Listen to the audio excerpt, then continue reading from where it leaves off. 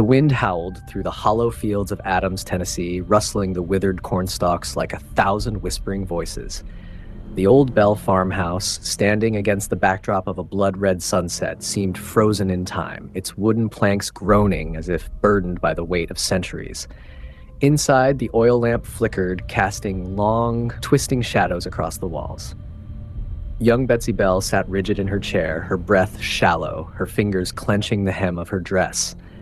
Then the voice came again, soft, mocking, and chillingly close. "You can't hide from me, Betsy. I see you. I always do." Her blood turned to ice. It had begun like a whisper in the night, a hushed voice calling their names when no one was there. At first, John Bell, the head of the household, dismissed it as childish imagination. But when his wife, Lucy, fell ill with unexplained bruises blooming across her skin, and Betsy woke up screaming with invisible hands clutching her throat, the Bell family realized they were not alone. John sat at the dinner table, his weary eyes darting between his wife and children. Their home was supposed to be a sanctuary, a place of warmth and laughter, but now of unseen horrors. Betsy, once full of life, sat silently, her face pale, her gaze distant. "We should leave, John," Lucy whispered, her voice trembling. "This house is cursed." But John couldn't leave. This was their home, and the entity knew that. That night, the Bell house became a nightmare of relentless torment. Heavy footsteps thundered across the floorboards, yet no one was there. The doors rattled violently, as if an unseen force was trying to break in. Then came the laughter, high-pitched, shrill, and inhuman.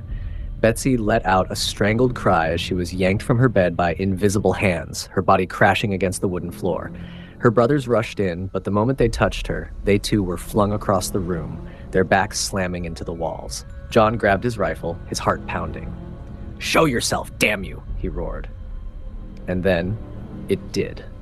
A figure materialized in the flickering candlelight, a grotesque, shifting form of shadows, its face a blur of contorted features. It grinned, revealing rows of jagged teeth. "You invited me, John Bell," it whispered, its voice a sickening blend of male and female tones. "And now I will never leave." The next morning, the house was deathly silent. The Bell family was too afraid to speak, too exhausted to run. Lucy knelt beside Betsy's bed, stroking her daughter's hair, her own cheeks wet with silent tears.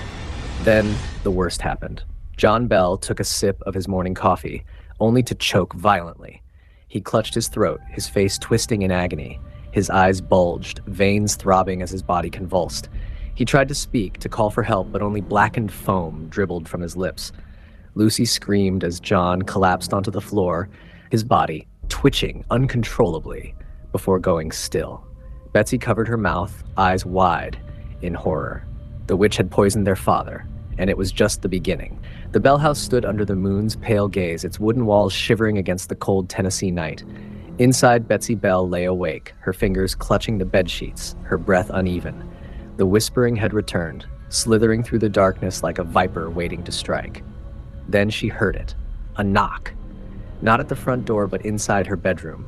Slow, deliberate, as if something was waiting for her to answer. Her fingers trembled as she reached for the candle beside her bed, but before she could light it, a hand grabbed her ankle from under the bed. A voice, cold and familiar, hissed, "You belong to me now." The next morning, the Bell family sat in silence at the breakfast table, their faces gaunt, their eyes hollow from nights of torment. John Bell's empty chair stood as a cruel reminder of the nightmare they could not escape. Lucy's hands shook as she poured coffee, her gaze drifting toward Betsy, who sat motionless, staring at the table.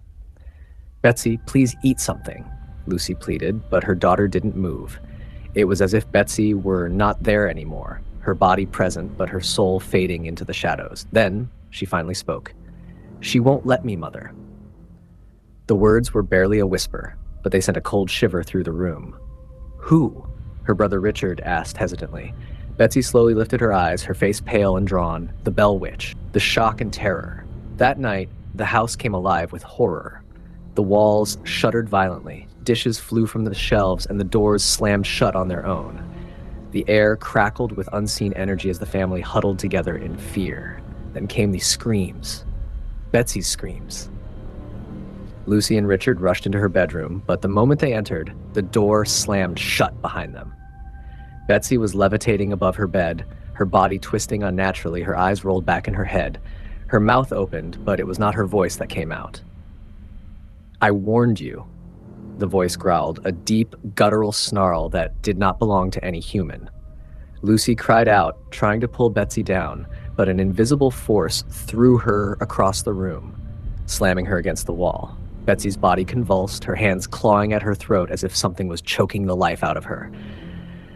Then, with a final ear-splitting scream, Betsy collapsed onto the bed, unconscious, and the room fell deathly silent. Betsy did not wake up for 2 days. Lucy stayed by her bedside, brushing her daughter's hair with trembling fingers.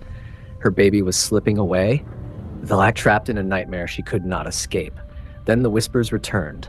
"Let her go!" Lucy sobbed, gripping Betsy's lifeless hand. "Take me instead!" Laughter echoed through the room, a cruel, mocking sound. "She is already mine," the voice taunted. Lucy broke down, tears spilling onto her daughter's cold skin.